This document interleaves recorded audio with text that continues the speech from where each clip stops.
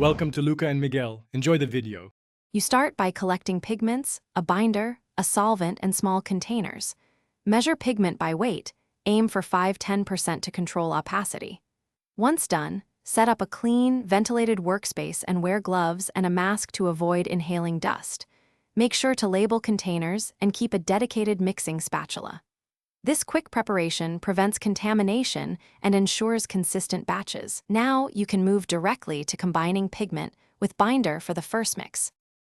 You disperse pigment into solvent using small increments, breaking clumps to avoid grit. Next, add binder gradually while stirring. This controls adhesion and film strength. Once incorporated, check viscosity by placing 1/2 drop on a test surface. Watch how it spreads. If too thin, add binder or a thickener. If too thick, add solvent a few drops at a time. These adjustments affect drying time and color intensity, so proceed slowly and keep records of ratios for repeatability. You decant the mixed paint into labeled airtight jars and include a disposable mixing stick in each for future use. Let jars cure 24 to 48 hours at room temperature so solvents equilibrate and film properties stabilize. Once cured, test on your medium to confirm flow and adhesion. If problems arise, try this tip.